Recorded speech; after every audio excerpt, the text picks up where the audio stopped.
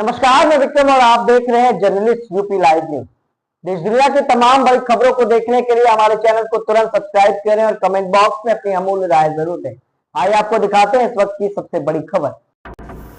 देश की राजधानी दिल्ली में पुलिस स्मृति दिवस पर रक्षा मंत्री राजनाथ सिंह ने नेशनल पुलिस मेमोरियल पर अर्पित की श्रद्धांजलि। इस दौरान अनोखे अंदाज में श्रद्धांजलि अर्पित करने पहुंचे राजनाथ सिंह ने शोक संवेदनाएं व्यक्त की।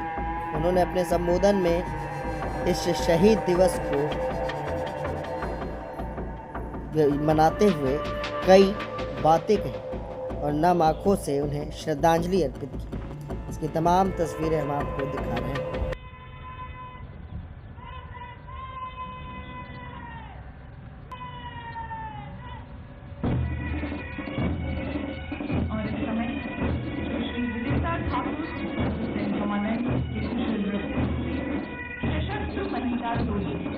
या समर्पण, वीरता तथा सर्वोच्च बलिदान के प्रति शहीद पुस्तिका को लेकर समारोह मैदान में प्रवेश कर रहे हैं। सभी वर्गधारी सहयोग से सम्मान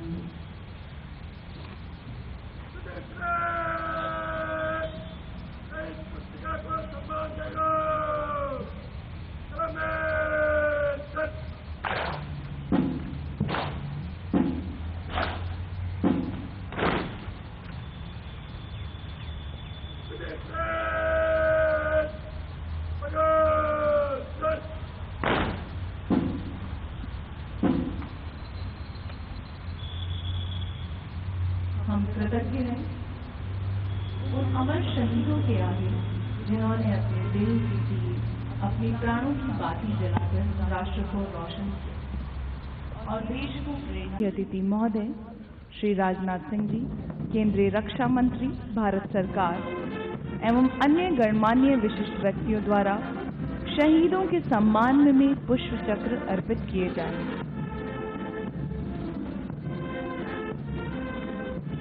माननीय मुख्य अतिथि महोदय, इस समय परम वंदनीय तथा गौरवमय राष्ट्रीय पुलिस स्मारक की ओर अग्रसर हैं।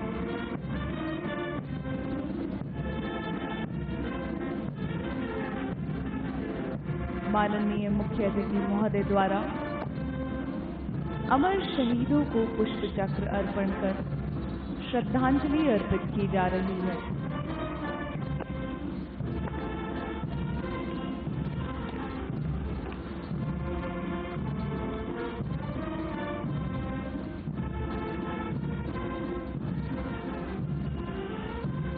माननीय मुख्य अतिथि महोदय द्वारा शहीदों के सम्मान में पुष्प चक्र अर्पित किए गए। हम सबके प्रेरक वीर सेनानियों ने देश की रक्षा के लिए अपने जीवन का सर्वोच्च बलिदान दिया है और अंतिम सांस तक लड़ते लड़ते देश की समृद्ध विरासत हमें सौंपकर वो अमर सेनानी हमेशा के लिए सो गए। उन सभी वीर शहीदों को कृतज्ञ राष्ट्र की ओर से श्रद्धांजलि अर्पित की जा रही है। नमन उनको कि जो देह को अमृत देकर इस जगत में शौर्य की जीवित कहानी हो गए। है नमन उनको कि जिनके सामने बौना हिमालय जो धरा पर गिर पड़े पर आसमानी हो गए। राष्ट्रभक्ति के अमर सिपाही जिन्हें देश निहार रहा है, जिन्हें देश पुकार रहा है। मां भारती के चरणों में सर्वोच्च न्यौछावर करने को कृत संकल्पित देश के गौरव को अक्षुण्ण रखने की खातिर जिन वीर पुलिस कर्मियों ने अपने प्राणों की आहुति दी, हम उन्हें शत शत नमन कर रहे हैं। रक्षा मंत्री राजनाथ सिंह बोले हैं कि वर्दी अधिकार का नहीं सेवा का। नेशनल पुलिस मेमोरियल पर यानी कि स्मृति दिवस पर राजनाथ सिंह ने संबोधन में पुलिस स्मृति दिवस पर कई बातें कही। आपको दिखाते हैं खास बॉर्डर सिक्योरिटी फोर्स, हमारे फोर्सेस के सारे अधिकारी वर्ग, मेरे बहादुर जवानों, मीडिया के मित्रों व देवियों व सज्जनों, पुलिस स्मृति दिवस पर आप सबके बीच आना यह हमारे लिए एक सुखद अनुभूति है। आज का यह दिन देश की सुरक्षा में अपने आप को समर्पित कर देने वाले हमारे पुलिस और सभी पैरामिलिट्री फोर्सेस के जवानों के त्याग को यह याद करने का दिन है। मैं इस मंच से भारत के नागरिकों की सुरक्षा में अपने प्राणों को आहूत कर देने वाले सुरक्षा बलों को श्रद्धांजलि अर्पित करता हूं। साथियों, समाज और पुलिस ये दोनों एक दूसरे पर समान रूप से निर्भर हैं। कोई भी समाज तभी शांति और प्रगति की ओर बढ़ सकता है जब उसके भीतर सुरक्षा, न्याय और विश्वास की भावना सुदृढ़ हो, और इन तीनों की जिम्मेदारी हमारे पुलिस बलों के कंधों पर होती है। इसके ठीक विपरीत यह भी उतना ही सत्य है कि पुलिस व्यवस्था तभी प्रभावी रूप से काम कर सकती है जब समाज के नागरिक पुलिस के सहयोगी के रूप में काम करते हैं और कानून का वह सम्मान करते हैं।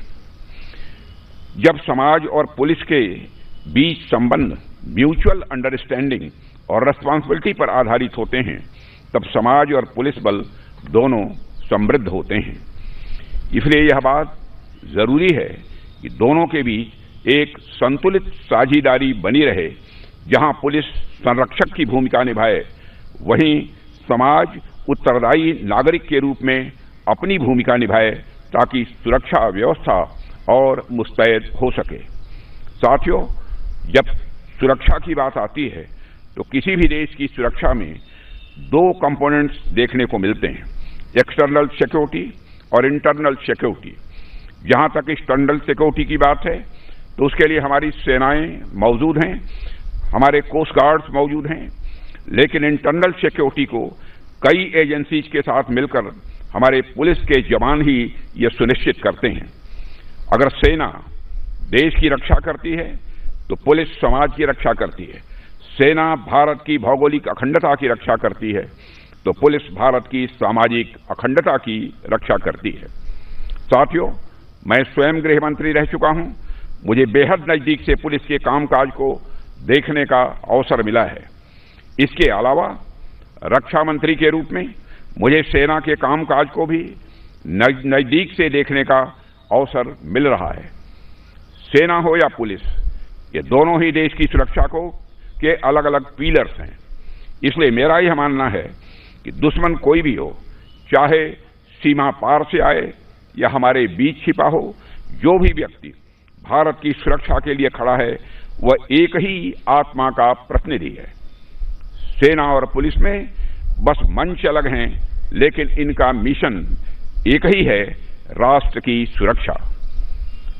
आज जब हम अमृतकाल में प्रवेश कर चुके हैं और हम 2047 तक विकसित भारत की तरफ देख रहे हैं, तो ऐसे समय में भारत की एक्सटर्नल और इंटरनल सिक्योरिटी दोनों का संतुलन पहले से कहीं अधिक जरूरी हो गया है। क्योंकि मैं पुलिस मेमोरियल डे पर आप लोगों के बीच यहां उपस्थित हूं, इसलिए मेरी बातचीत का केंद्र इंटरनल सिक्योरिटी और पुलिस पर ही होगा। साथियों, आज का दौर चुनौतियों से भरा हुआ है।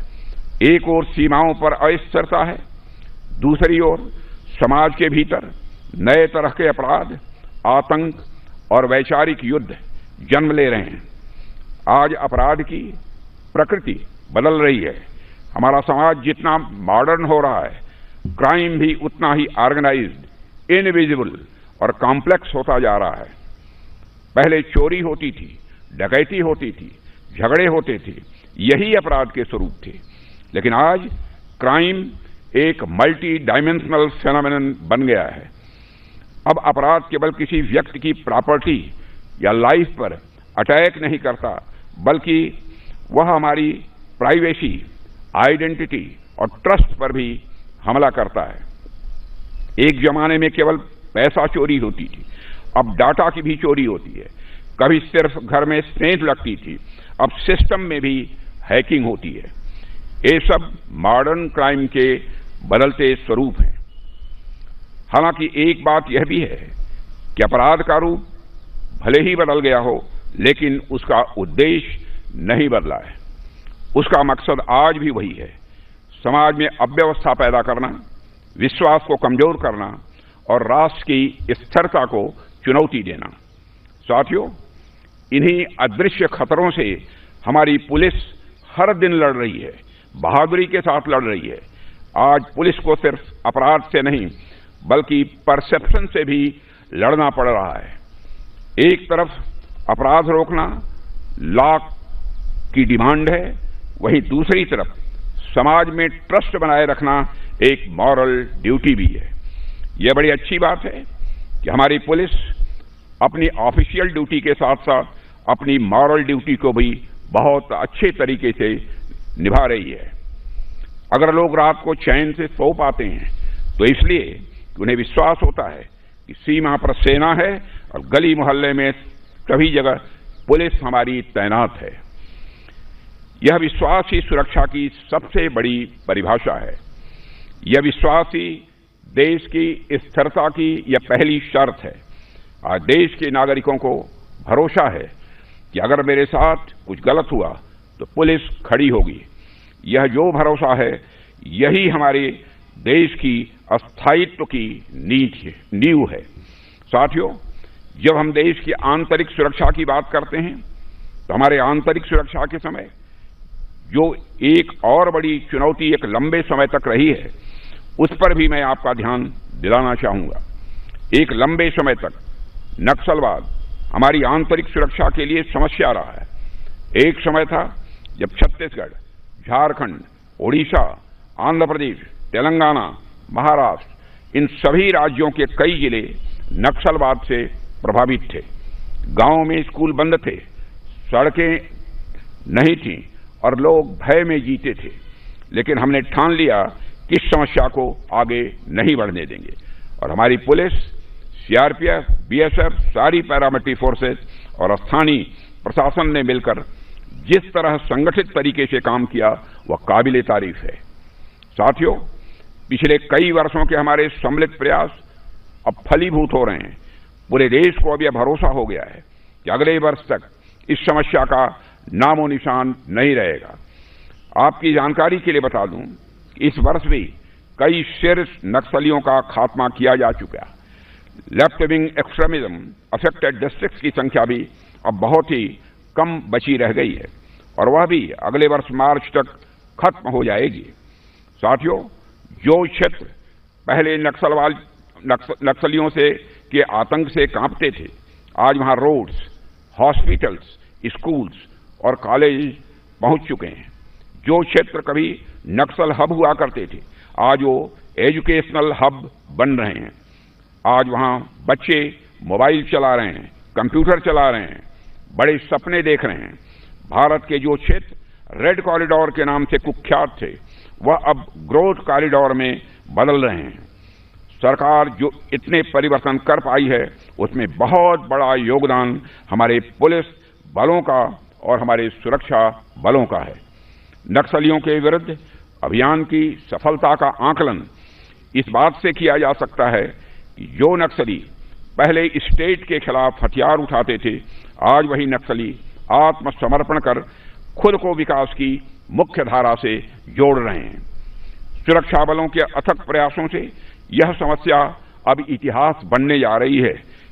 इसके लिए हमारे सभी सुरक्षा कर्मी बधाई के पात्र हैं।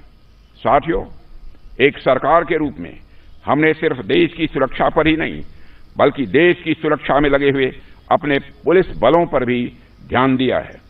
यह बड़े अफसोस की बात है कि एक लंबे समय तक पुलिस के योगदान को एक समाज के रूप में, एक राष्ट्र के रूप में हमने उतना रिकॉग्नाइज नहीं किया था।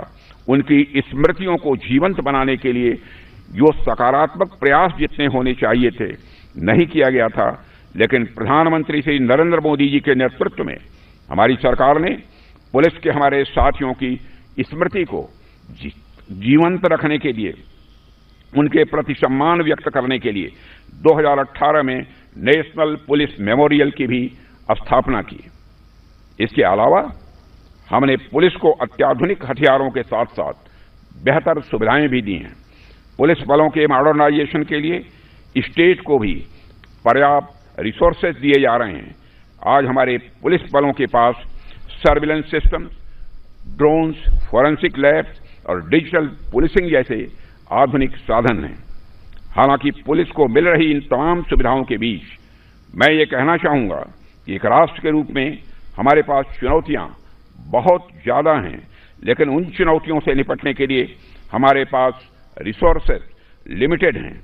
इसलिए हमें उन रिसोर्सेज का ऑप्टिमम यूटिलाइजेशन करने पर भी ध्यान देना होगा और यह काम तब हो सकता है जब हम सिक्योरिटी एजेंसीज के साथ कोऑर्डिनेशन एंड इंटीग्रेशन के साथ काम करें। सशक्त पुलिस ही सशक्त राष्ट्र की निर्माण कर सकती है और यही हमारा ध्येय होना चाहिए। साथियों, मैं यह मानता हूं कि सिर्फ इस जन्म का ही नहीं बल्कि यह आपके पिछले जन्मों के पुण्य कर्मों का परिणाम है कि आपको पुलिस के माध्यम से जनता की सेवा करने का सौभाग्य मिला है।